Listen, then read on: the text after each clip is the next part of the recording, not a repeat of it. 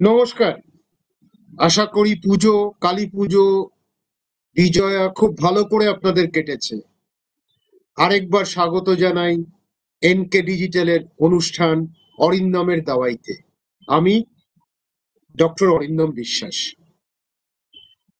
NK digital দেখতে থাকুন, NK ডিজিটালের পাশে থাকুন, সঙ্গে থাকুন।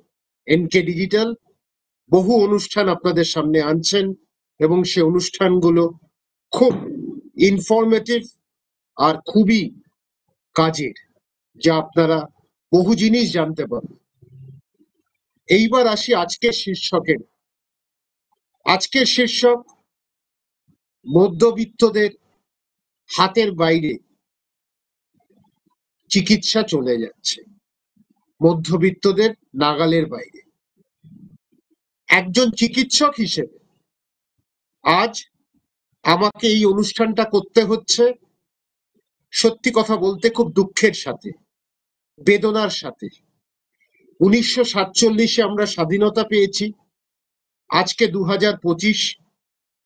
সেই জায়গা থেকে সাধারণ মানুষের সবচেয়ে বড় সমস্যা হচ্ছে চিকিৎসা ব্যবস্থা।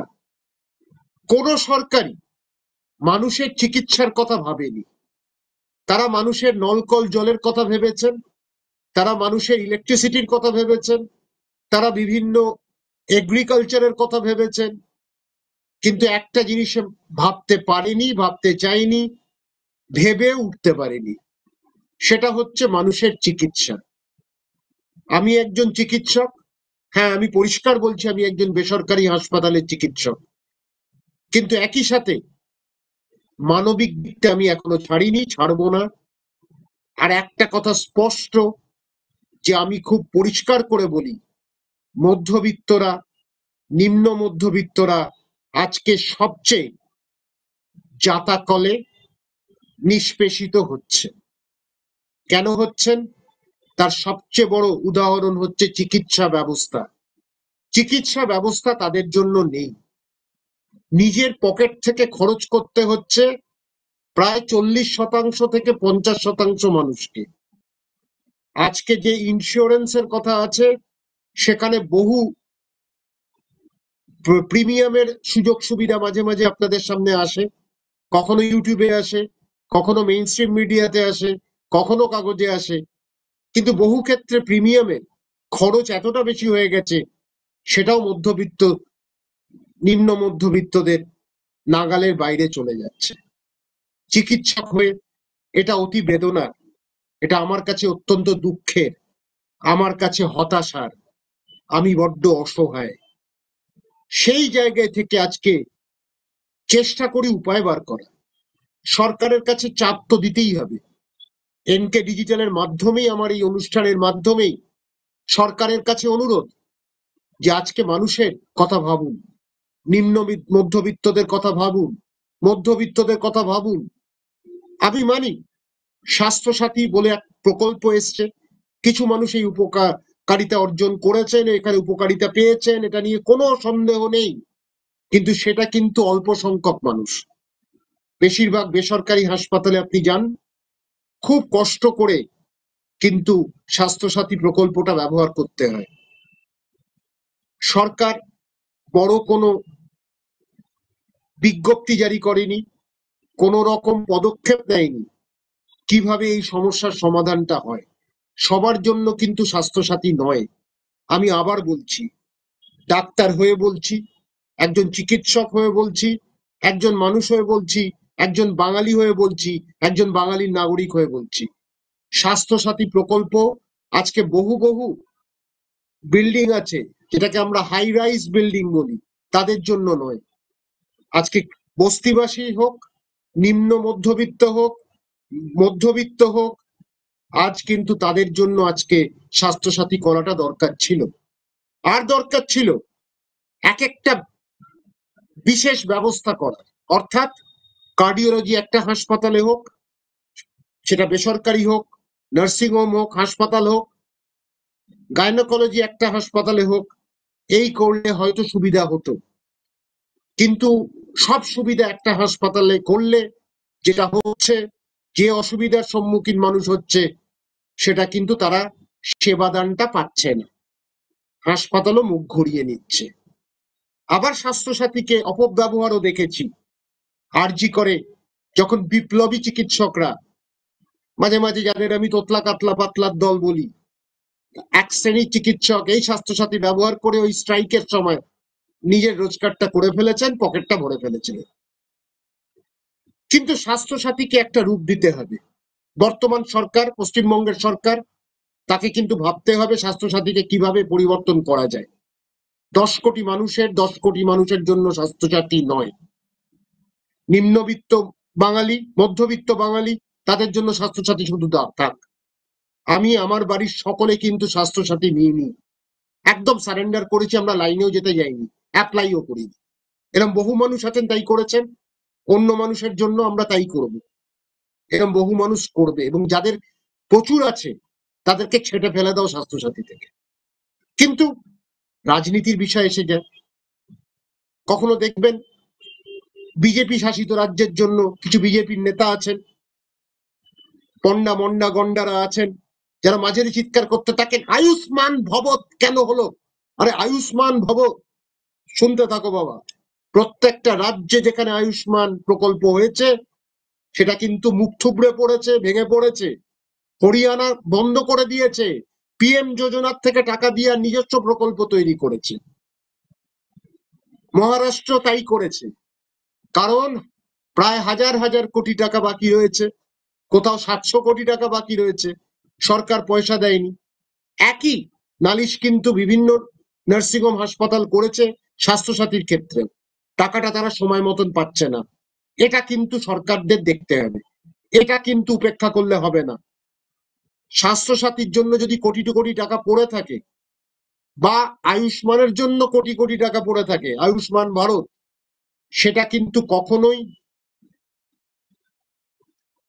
মেনে নেওয়া যায় না, অ্যাকসেপ্টেবল নয়।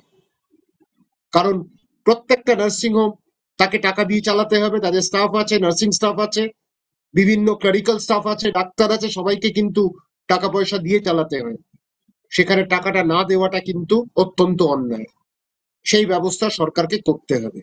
এটা রাজনীতির বিষয় না, এটা মানুষের সেবার বিষয়, এটা নিজের দায়িত্বের বিষয়। আজকে সুপ্রিম কোর্ট যেখানে স্বাস্থ্যের কথা বলছে, সেখানে পার্লামেন্টে একটা দিনও স্বাস্থ্যের কথা, স্বাস্থ্য যে মানুষের একটা রাইট হতে পারে, সেটা কিন্তু আলোচনা হয়নি। পার্লামেন্টে চারানায় চা খাওয়া যায়, কফি খাওয়া যায়, কিন্তু মানুষকেও সেই সুবিধাটা যে দিতে হবে স্বাস্থ্যের ক্ষেত্রে, কোন সরকার ভাবেনি, ভাবতে চায়নি। কেন ভাবতে চায়নি? তারা সেইভাবে শিক্ষিত নয়, তারা তাদের সুবিধাটা নিচ্ছে, তারা সেন্ট্রাল গভর্নমেন্ট হেলথ স্কিম দিয়ে পেয়ে যাচ্ছে বিভিন্ন জায়গায় সুবিধাটা, বা কেউ ওয়েস্ট বেঙ্গল হেলথ স্কিমে পাচ্ছে, বা কেউ অন্য সুবিধা পাচ্ছে, বা কেউ হয়তো টাকা দিতেই হচ্ছে না। সেই জায়গাগুলো কিন্তু বন্ধ করতে হবে। আমার সুবিধাটা নিতে গিয়ে নিম্ন মধ্যবিত্ত, মধ্যবিত্তদের আমি শেষ করে দিচ্ছি, তাদের পকেট ফুটো হয়ে যাচ্ছে, ঘটি বাটি বেচে তারা আজকে চিকিৎসা করাচ্ছে। অসহায় মুখগুলো দেখলে কান্না পায়, দুঃখ লাগে, সেইটা কিন্তু কখনো মেনে নেওয়া যায় না। কিন্তু একটা কথা দেখবেন, আজকে ডাক্তার কিন্তু মানুষ ছাড়া বাঁচতে পারে না, রোগী ছাড়া বাঁচতে পারে না। আমার ভাত, আমার ডাল, সেটা কিন্তু একটা রোগীর পয়সা থেকে আসছে, সেটা কিন্তু ভাবা দরকার। তাদের জন্য আমি কথা বলবো, বেশ করেছি বলবো, আরো বলবো, চিৎকার করে বলবো, তারা যেন অসহায় না হয়, তারা যেন উপেক্ষিত না হয়, তাদের জন্য বলবো, চিৎকার করে বলবো। এটা মানুষের অধিকার, এই অধিকার দিতে হবে। এই অধিকার না দিতে পারলে তোমরা ব্যর্থ প্রশাসক হিসেবে। এই জায়গাটা আমি ভয় পাই না কাউকে। তোতলা পাতলা কাতলার দল হাসপাতাল বন্ধ করে দেবে, রাজনীতি হলে নামবে, সেলিব্রিটি রাজনীতি হলে নামবে দান্দাবাজরা, মানুষের স্বাস্থ্যের ব্যাপারে নামবে না, খালি কিছু ডাক্তারদের গালাগাল করবে। ডাক্তাররা হচ্ছে, একটা হাসপাতালে যদি খরচ হয় সব থেকে কম টাকা ডাক্তারদের আসে, এটা জেনে রাখুন, যাদের জন্য বলছি, এটা বাস্তব। কিন্তু এক শ্রেণীর চিকিৎসক লাভবান হয় সে বিভিন্ন কাজে। আরেকটা কথা বলবো, প্রত্যেকটা ল্যাবের খরচ এক হয় না কেন? ফাস্টিং ব্লাড সুগার এক হবে, কাশ্মীর থেকে কন্যাকুমারী এক হবে, কলকাতা থেকে কার্শিয়াং এক হবে, সব জায়গায় প্রত্যেকটা রাজ্যের খরচ এক হোক। কেউ সিটি স্ক্যানের জন্য 20,000 টাকা নিচ্ছে, কেউ এমআরআই এর জন্য 30,000 টাকা নিচ্ছে, কেউ 10,000 টাকা নিচ্ছে। কেন এই ব্যবধানটা কেন? ভারসাম্য নেই কেন? এই প্রশ্নটা জোরালো ভাবে তুলবো আজকে। সরকার ঘুমিয়ে আছে কি? সরকার পারলে সব পারে। বেসরকারি হাসপাতালরা বেআইনি কাজ করছে না তো, সরকারি অনুমোদন নিয়ে করছে। সেইখানে সরকার কি পারে না তাদের সাহস মানুষকে জোগাতে, ভরসা জোগাতে, খরচটা বেঁধে দিতে? কেন সরকারের সাথে কি বোঝাপড়া হচ্ছে? এই জায়গাটা প্রশ্নগুলো তুলবো। অরিন্দমের দাওয়াইতে সেই দাওয়াইটা চেষ্টা করবো বার করার। মানুষের জন্য করা প্রয়োজন। সাধারণ মানুষ ভুগছে। কোন হাসপাতালে গেলে, বেসরকারি হাসপাতালে গেলে 2 দিনে 1 লাখ টাকা বিল হচ্ছে। এটা কি গাছ, বাড়িতে গাছ নাড়লে, পেয়ারা গাছ নাড়লেই টাকা এসে যাবে? না নিম গাছ নাড়লে গাছ টাকা এসে যাবে? মানুষের কষ্টার্জিত আয় আমরা তাকে দিতে পারছি না। কেন দিতে পারছি না? বড় লোকদের জন্য অসুবিধা হয় না, আম্বানি আদানিদের জন্য অসুবিধা হয় না। অসুবিধা হয় আজকে বাঙালি সেনদের জন্য, যারা মধ্যবিত্ত, বাঙালি রায়দের জন্য, বাঙালি মিত্রদের জন্য, বাঙালি ব্যানার্জিদের জন্য। সারা বাংলার মানুষ আজকে খুব কঠিন অবস্থার মধ্যে যাচ্ছে। অন্য জিনিসের দাম বাড়ছে, সেটা আটকাতে পারছে না, সেখানে ব্যর্থ। স্বাস্থ্য দিতে পারছি না। কেন পাচ্ছি না প্রশাসক হিসেবে? আর বড় বড় কথা, আমি চাঁদে পাঠিয়েছি, আমি এখানে পাঠিয়েছি, বিভিন্ন জায়গায় মহাকাশ চলছে, যুদ্ধের জন্য তৈরি হচ্ছি, একটার পর একটা ডিফেন্স লাগবে, চীনের সাথে ঝামেলা হচ্ছে, তার জন্য আরো কিছু লাগবে।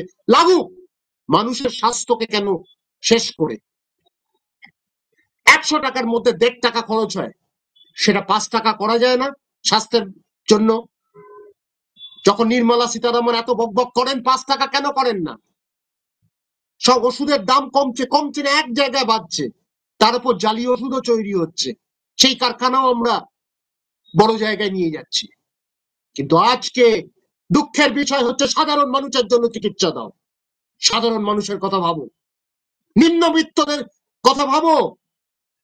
তারা সাপের কামড়ে মরে যাচ্ছে। আজকে আমাদের এভিএস নেই, চন্দ্রবোড়া, তাতে মরে যাচ্ছে মানুষ।